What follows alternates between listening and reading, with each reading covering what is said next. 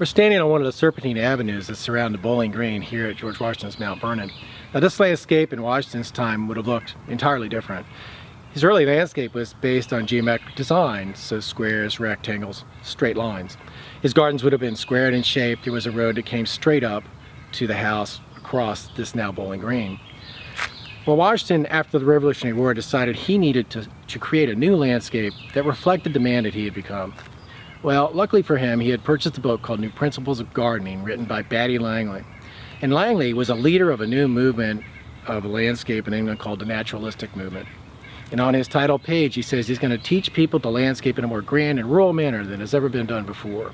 On that page, he says, I'm going to teach you to lay out parterres, groves, wildernesses, labyrinths, and parks. And indeed, whatever Langley said he was going to teach him, he did here within this landscape at Mount Vernon. So around the serpentine avenues, he planted trees on either side to provide good shade. Langley says if you have to walk more than 20 paces in full sun, your walk is not worth it. As you walked around, to your left, you would plant what was called shrubberies, an area to highlight trees and shrubs of all different types. As you went further out into the Bowling Green, Langley says go back to nature, go wild, and that's where Washington planted wagon loads of Virginia pines and created wilderness areas.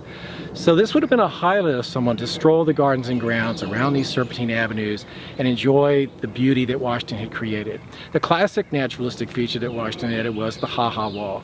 It's a brick wall recessed into the ground, and when looking towards it, it blends into the landscape and does not interfere with your view, but it did act as a physical barrier. So walking, strolling the serpentine avenues, the gardens and grounds of Mount Vernon would have been a highlight in the 18th century as it is today.